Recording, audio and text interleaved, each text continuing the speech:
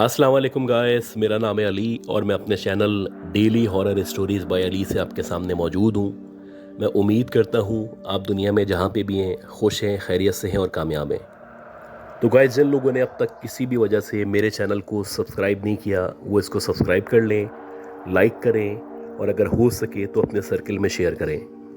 अगर आप अपनी स्टोरीज़ को शेयर करना चाहते हैं आप व्हाट्सएप कर सकते हैं, ईमेल कर सकते हैं या अपनी आवाज़ में रिकॉर्ड करके भेज सकते हैं। अगर आप अपनी आवाज़ में रिकॉर्ड करना चाहते हैं तो इंश्योर कर लें कि जहाँ पे आप रिकॉर्ड कर रहे हैं वहाँ पे किसी भी किस्म का शोर या डिस्टॉर्शन मौजूद नहीं है।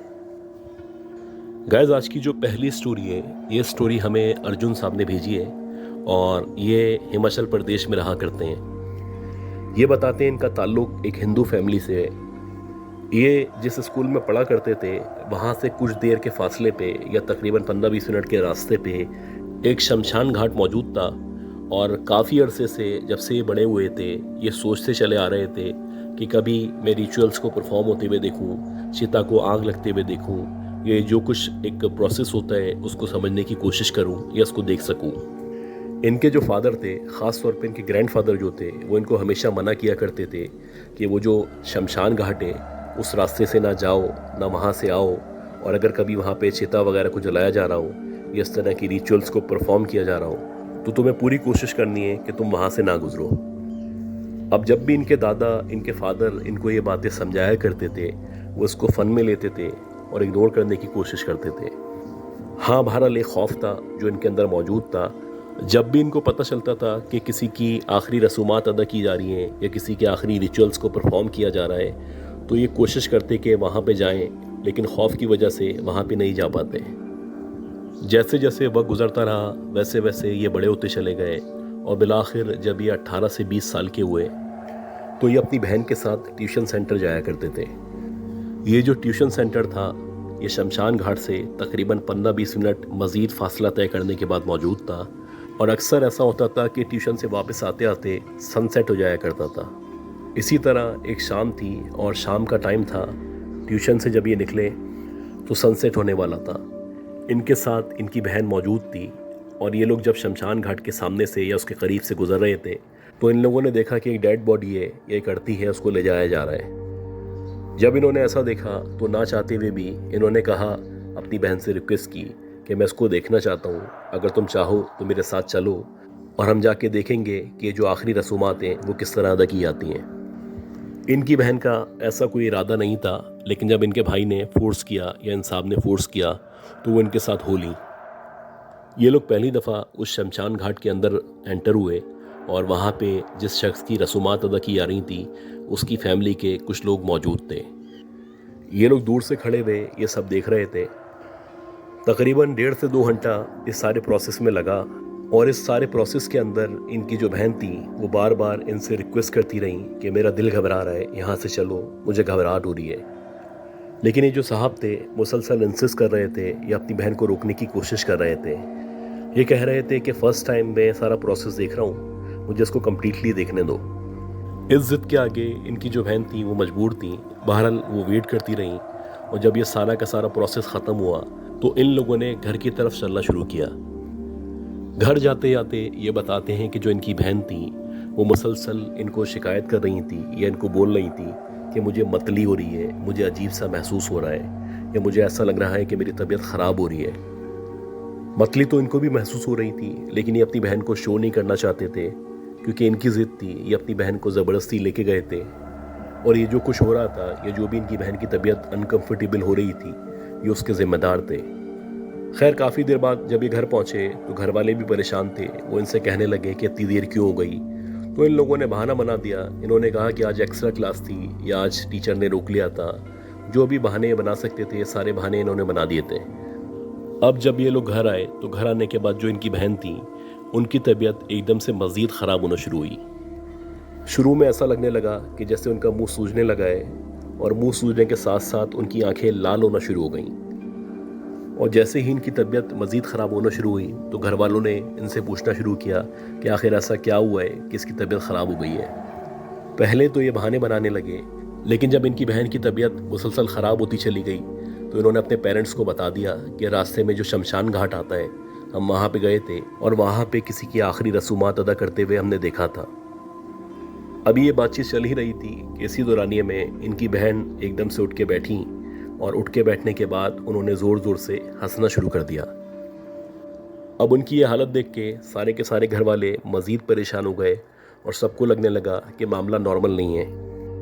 खैर, जब इनकी बहन सो के उठी तो सो के उठने के बाद उन्होंने अपने भाई से या अपने घर वालों से कहना शुरू किया कि मुझे ये वाले फूल ला के दे दो, या ये वाली बिंदिया ला के दे दो, या मुझे ये वाली खुशबू ला के दे दो। ये जो कुछ वो कह रही थी या जो कुछ बिहेव कर रही थी, इन्होंने इससे पहले कभी भी ऐसा बिहेव नहीं किया था। ये देख के जो घर वाले थे वो मज़ीद परेशान हो गए। अब इनकी बहन को जब वो लाके ना दें तो वो ज़िद करने लगे, और जब वो उसको फ्लावर्स वगैरह लाके दे दें, खुशबू लाके दे दें तो वो नॉर्मल हो जाए। अब ये हर कुछ घंटे बाद होने लगा। हर कुछ घंटे बाद इनकी बहन उठती, वो बोलती मुझे ये वाला फूल ला के दो, कभी बोलती ये बिंदिया ला के दे दो, और कभी जो गार्डन में फूल लगे हुए थे उनके पास जाके बैठ जाती, उनको प्यार करने लगती। इनके जो ग्रैंडफादर थे वो मुसलसल सारी की सारी चीज़ों को ऑब्ज़र्व कर रहे थे। साथ साथ इनके जो फादर थे वो भी बहुत फ़िक्रमंद थे। इस दौरानिए में इन लोगों ने जो करीबी पंडित था या जो भी इनका प्रीस्ट था उससे रब्ता किया, और जब उस पंडित से रब्ता किया गया तो वो जो पंडित था उसने कहा कि 1-2 दिन तक मैं बिज़ी हूँ, 1-2 दिन बाद मैं आपसे रब्ता करूँगा। इस तरह एक रात तो मज़ीद गुजर गई, और जब दूसरी रात आई तो दूसरी रात इनकी बहन उठ के बैठ गई, और उठ के बैठने के बाद इन्होंने रात की रानी के फूल मंगवाना शुरू किए। अब जब ये इनको लाके ना दें तो वो शोर करने लगे, अपने आप को पीटने लगे, ज़ोर ज़ोर से रोने लगे, और जब ये फूल वगैरह लाके दे दें तो वो नॉर्मल हो जाएं। गर्ज़ कि ये जो कुछ हो रहा था ये सब एबनॉर्मल था, नाकाबिले यकीन था और बहुत खौफनाक था। ये बताते हैं कि जब अगले दिन पंडित आया तो पंडित जैसे ही घर के अंदर एंटर होने वाला था तो उसके एंटर होने से ही पहले मेरी बहन ने कहना शुरू कर दिया कि उसको रोको, उसको अंदर नहीं आने दो, अगर वो अंदर आया तो मैं उसको छोड़ूंगी नहीं। हालांकि ये बताते हैं इनकी जो बहन थी उनको तो पता भी नहीं था कि वो पंडित आने वाला है। खैर, जैसे ही पंडित कमरे के अंदर या घर के अंदर एंटर हुआ तो इनकी बहन ने ज़ोर ज़ोर से चीखना शुरू कर दिया, और न सिर्फ चीखना शुरू किया बल्कि अपने बाल नोचना शुरू कर दिए और बहुत बुरी तरह रोना शुरू कर दिया। जैसे ही पंडित इनके सामने आया तो वो कोशिश करने लगी कि इसके सामने से भाग सकें, छत पे जा सकें या घर से बाहर निकल सकें। ये बताते हैं कि 3-4 लोगों ने इनकी बहन को पकड़ा हुआ था, लेकिन वो मुसलसल इतनी ताकत का मुजाहिरा कर रही थी कि 3-4 लोगों के बस में भी नहीं था कि उसको संभाल सकें। जैसे तैसे करके उसको संभाला गया और पंडित ने कुछ पढ़ना शुरू किया। जब पंडित ने कुछ पढ़ना शुरू किया तो एकदम से जो इनकी बहन थी उनकी आवाज़ चेंज हो गई। एकदम से वो किसी मर्द की आवाज़ में बात करने लगी, और जैसे ही ये सब कुछ हुआ तो सारे के सारे घर वाले मज़ीद डर गए। ये बताते हैं जैसे ही इनकी बहन ने मर्द की आवाज़ में बात करना शुरू की तो जो पंडित था उसने बहुत सारे सवाल करना शुरू किए। जैसे कि उसने पूछा कि तुम कौन हो, कहाँ से आए हो, इसके ऊपर कैसे आए हो। पहले तो इनकी बहन ने कोई जवाब नहीं दिया, लेकिन जब मुसलसल पंडित पढ़ता रहा या कुछ अमाल वगैरह करता रहा तो आहिस्ता आहिस्ता करके इनकी बहन ने मर्द की आवाज़ में बोलना शुरू किया और जवाब देना शुरू किया। उसने बताया कि वो शमशान घाट से इस लड़की के पीछे लगा है, और जब ये लड़की शमशान घाट में आई थी तो इसके ख़ास दिन चल रहे थे, और जैसे ही ये वहाँ पे आई तो मैं इसके ऊपर हावी हो गया। अब मैं इसके ऊपर आशिक हो चुका हूँ और मैं इसको छोड़ के नहीं जाऊँगा। वो जो पंडित था जब उसने ये सुना तो उसके पास एक स्टिक मौजूद थी। उस स्टिक से उसने इनकी बहन को मारना शुरू किया, और ये जो पंडित मार रहा था ये बहुत हल्के हल्के मार रहा था, लेकिन ऐसा लग रहा था कि इनकी बहन को बहुत ज़ोर से लग रही है और वो बहुत ज़ोर ज़ोर से मर्द की आवाज़ में चीख रही थी। कुछ देर मज़ीद अमल करने के बाद वो जो पंडित था उसने कहा कि इसका उतारा करना पड़ेगा, और अगर हमने इसका उतारा नहीं किया तो हो सकता है ये जो प्रेत है ये आपकी बहन को लेके चला जाए। ये सुन के सारे के सारे जो घर वाले थे वो बहुत परेशान थे, बहुत ज़्यादा खौफ का शिकार थे, और जो पंडित कह रहा था वैसे वैसे कर रहे थे। उस पंडित ने कहा कि कुछ चीज़ें मैं आपको बता रहा हूँ, ये चीज़ें आप ला के दे दें, और कुछ चीज़ें पढ़ने के लिए दे रहा हूँ, ये आपने मुसलसल पढ़नी है। आहिस्ता आहिस्ता करके इसकी तबीयत बेहतर हो जाएगी। लेकिन ये जो आने वाली 2 से 3 रातें हैं ये बहुत मुश्किल रातें होंगी, और ठीक 7 दिन के अंदर इसकी तबीयत बेहतर हो जाएगी। ऐसे ही हुआ कि जो कुछ पंडित ने कहा इन लोगों ने लाके दे दिया, और जो कुछ उसने पढ़ने के लिए दिया या जो कुछ करने के लिए दिया वो सारे के सारे काम ये सारी की सारी फैमिली करती रही। इस दौरानी में बताते हैं कि इनकी बहन ने बहुत सारी हरकतें की, जैसे कि अक्सर ऐसा होता कि वॉशरूम में जाती और वॉशरूम में जाने के बाद जो गंदगी थी उसको निकालना शुरू कर देती, उसको खाना शुरू कर देती, और जब उसको रोका जाता तो वो सबसे रिटेलिएशन करती, सबको नुकसान पहुंचाने की कोशिश करती। इसी तरह ये बताते हैं कि जो पहली रात थी उस रात इस तरह से हुआ कि इनकी बहन जो थी वो किसी भी काम से वॉशरूम गई और वॉशरूम जाके बाहर नहीं निकली। 5 मिनट हो गए, 10 मिनट हो गए, 15 मिनट हो गए, इस तरह तकरीबन आधा घंटा गुजर गया। और जब वो आधे घंटे तक बाहर नहीं निकली तो सारे के सारे घर वाले परेशान थे और हम लोगों ने यही डिसाइड किया कि दरवाज़ा तोड़ के अंदर जाते हैं और चेक करते हैं। खैर, जब इन लोगों ने दरवाज़ा तोड़ा या जैसे भी दरवाज़ा खोला, और जैसे ही दरवाज़ा खोला तो इन्होंने देखा जो इनकी बहन है वो सामने दीवार पे उल्टी लटकी हुई है, यानी कि जो उसके पाँव हैं वो ऊपर की तरफ हैं और उसका मुंह या उसके बाल नीचे की तरफ हैं। ये बताते हैं हालांकि वो जो दीवार थी वहाँ पे किसी भी तरह लटकना मुमकिन नहीं था, लेकिन खुदा जाने वो किस तरह रुकी हुई थी या किसी ने शायद उसको पकड़ा हुआ था। इसी तरह एक रात गुजर गई और जब दूसरी रात आई तो रात के तकरीबन 9 साढ़े 9 बजे का टाइम था। सारे के सारे घर वाले खाना खा रहे थे। इनकी जो बहन थी वो बेड पे लेटी हुई थी। ये बताते हैं कि देखते ही देखते इनकी बहन उठ के चीखने लगी और जब हमने उसको पकड़ने की कोशिश की तो एकदम से हम सबसे हाथ छुड़ा के बाहर की तरफ भागी। जैसे ही वो बाहर की तरफ भागी हम सब उसके पीछे भागे। उसने बाहर जाके गेट बंद कर दिया और वो गली में मुकम्मल तौर पे आज़ाद थी या अकेली थी। अब हमारा जो इलाका है थोड़ा सा पोश इलाका है, तो सराउंडेड जो एरिया है वहाँ पे इतने लोग हुआ नहीं करते। खैर, जैसे ही वो बाहर निकली तो हम लोगों ने कोशिश की कि दीवार फैलांग के या दूसरे गेट से बाहर जा सकें। जैसे ही हम घूम फिर के दूसरे गेट से उस गली की तरफ आए जहाँ पे हमारी बहन मौजूद थी, तो हमने देखा कि जो हमारी बहन है वो न्यूड हालत में पूरी गली में भागती फिर रही है। ये बताते हैं कि जैसे तैसे हमने उसको पकड़ा, उसको कपड़े वगैरह पहनाए और इस दौरानिए में हम सब की हालत गैर थी। मुझे शदीद गुस्सा आ रहा था, ख़ास तौर पे मुझे शदीद रोना आ रहा था, क्योंकि मेरी बहन की जो भी हालत थी वो मेरी वजह से थी, मेरी ज़िद की वजह से थी। ये बताते हैं जैसे तैसे करके 3 4 5 दिन गुजरे। आहिस्ता आहिस्ता करके इनकी जो बहन थी उसकी हालत बेहतर हो गई और ठीक 7वें दिन इनकी जो बहन थी वो मुकम्मल तौर पे नॉर्मल हो गई। जब वो नॉर्मल हो गई और उससे हमने बातचीत की तो उसको तो याद भी नहीं था कि उसके साथ क्या हुआ था। उसको पिछले 7 दिनों की जो भी एक्टिविटीज़ थी या जो कुछ वो कर रही थी या जो कुछ उसके साथ हुआ था वो उसको मुकम्मल तौर पे याद नहीं था। ये बताते हैं कि इस वाक़ये को बहुत अरसा गुजर चुका है, आज भी हमारी बहन हमारे साथ रहती है, लेकिन इस तमाम मामले के बाद या उस प्रेत के हमले के बाद ऐसा हुआ है कि जो मेरी बहन है उसकी अब तक शादी नहीं हो सकी। जब भी इनकी बहन का रिश्ता आता है सारे मामला तय पा जाते हैं, शादी होने वाली होती है तो कोई ना कोई बात ऐसी हो जाती है कि शादी ख़त्म हो जाती है। वो जो पंडित थे जिन्होंने मेरी बहन का इलाज किया था उनकी भी डेथ हो चुकी है। उन्होंने अपनी ज़िंदगी में भी बताया था और उसके अलावा एक और पंडित से हमने रब्ता किया था, उसने भी यही बताया कि अभी भी वो जो प्रेत है जो आपकी बहन के पीछे लगा था वो अक्सर इसके पास आता है और इसको अपने काबू में करने की कोशिश करता है और वो ये चाहता है कि आपकी बहन की कभी भी शादी ना हो, वो अकेली रहती रहे।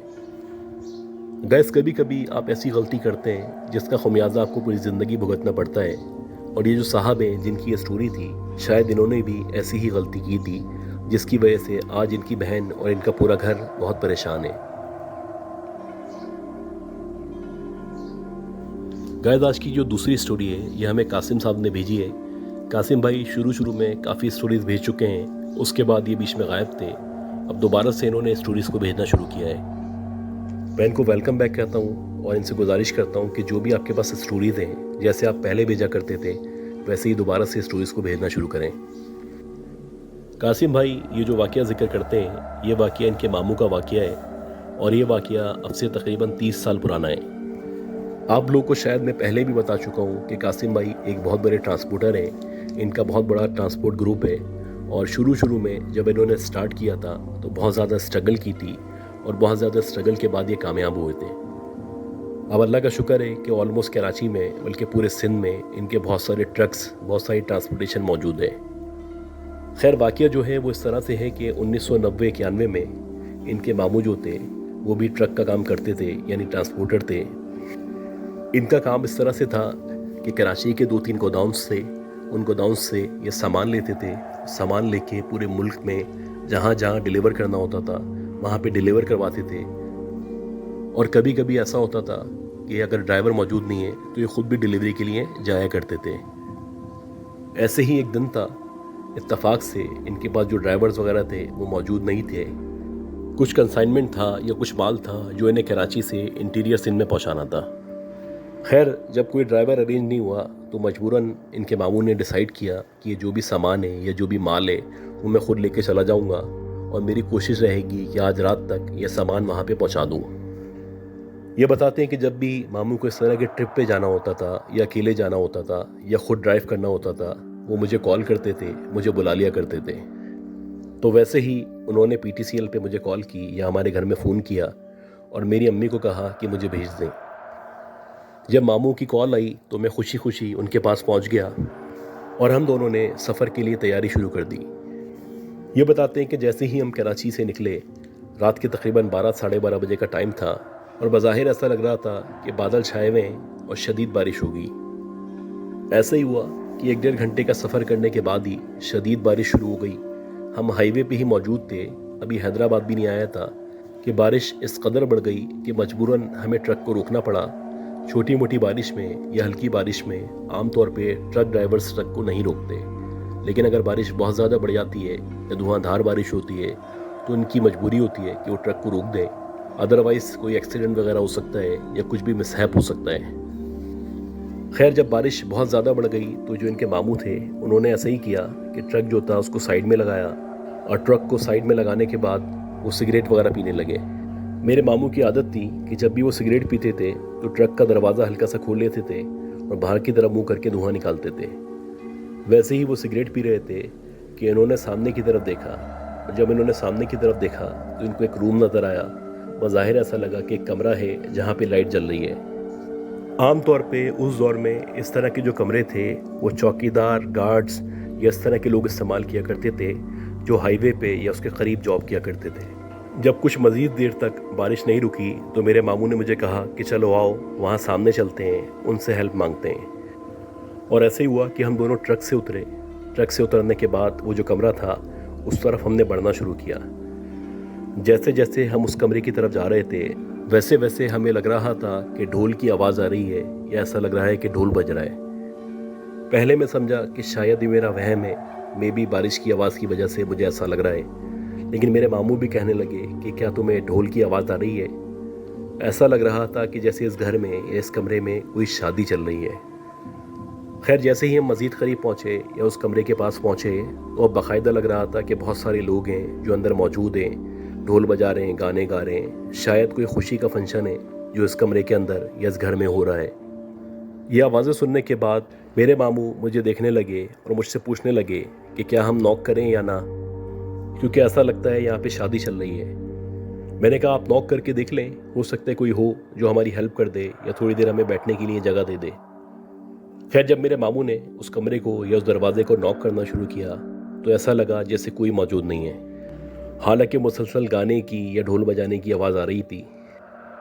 कुछ देर तक बजाने के बाद मेरे मामू ने उस दरवाजे को धक्का दिया और जैसे ही उन्होंने उस दरवाजे को धक्का दिया तो फ़ौरन से वो दरवाज़ा खुल गया। और जैसे ही वो दरवाज़ा खुला तो वो जो ढोल बजाने की आवाज़ आ रही थी या गानों की आवाज़ आ रही थी या सेलिब्रेशन की आवाज़ आ रही थी वो एकदम से रुक गई। अब ये देख के या ये सुन के मेरे मामू हैरान थे, क्योंकि अंदर जिस कमरे में हम एंटर हुए थे या जो एक कमरा नज़र आ रहा था उस कमरे के अंदर लाइट तो मौजूद थी, लेकिन वहाँ पे ना कोई बंदा मौजूद था, ना किसी बंदे का नामो निशान था। अंदर जाने के बाद मुकम्मल तौर पे मेरे मामू ने उस रूम का या उस घर का जायज़ा लिया। उस पूरे घर में कोई भी मौजूद नहीं था। ये बताते हैं कि कुछ देर बाद मेरे जो मामू थे वो मुझे कहने लगे कि वापस चलो, ट्रक में जाके बैठ जाते हैं। खैर, हम लोग वापस आए, ट्रक में आके बैठ गए और जब हम दोबारा ट्रक में आके बैठे तो दोबारा से हमें गाने बजाने की या ढोल की आवाज़ आने लगी और ऐसा लगने लगा कि जो भी अंदर मौजूद था या जो भी फैमिली मौजूद थी वो हमारे जाने का या वापस जाने का इंतज़ार कर रही थी। जैसे ही हम ट्रक में आके बैठे हैं दोबारा से ऐसा लगने लगा है कि वहाँ पे प्रोग्राम स्टार्ट हो गया है या वहाँ पे शादी चल रही है। ये बताते हैं कि मेरे मामू को अंदाज़ा हो चुका था कि ये जो कमरा है जहाँ पे कोई भी मौजूद नहीं है, इसके करीब व जवार में कोई घर मौजूद नहीं है, तो ये जो शादी की या ढोल की आवाज़ें आ रही हैं ये नॉर्मल नहीं है। कुछ देर तक वहाँ पे वेट करने के बाद मेरे मामू ने ट्रक चला दिया और मुझे कहने लगे कि आयतुल कुर्सी पढ़ो। मैंने आयतुल कुर्सी पढ़ी, थोड़ा दूर जाने के बाद मेरे मामू ने मुझे कहा कि वो जो हमें आवाज़ें आ रही थी वो नॉर्मल आवाज़ें नहीं थी, यकीनन वहाँ पे दूसरी मखलूक़ात मौजूद थीं जो सेलिब्रेशन कर रही थीं। ये बताते हैं किस तरह के बहुत सारे वाक़यात मेरे मामू के साथ या हमारे साथ पेश आए हैं, जो अगली ईमेल में इंशाल्लाह ये मज़ीद शेयर करेंगे। गाइज़, मैं उम्मीद करता हूँ जो भी स्टोरीज़ मैंने शेयर की हैं ये स्टोरीज़ आपको पसंद आई होंगी। अगर आपको ये स्टोरीज़ पसंद आई हैं तो प्लीज़ मेरे चैनल को लाइक करें, सब्सक्राइब करें, शेयर करें। दुआ करें कि अल्लाह हम सबको सेहत दे, ज़िंदगी दे, सलामती दे। अपना ख्याल रखिएगा। अल्लाह हाफ़िज़।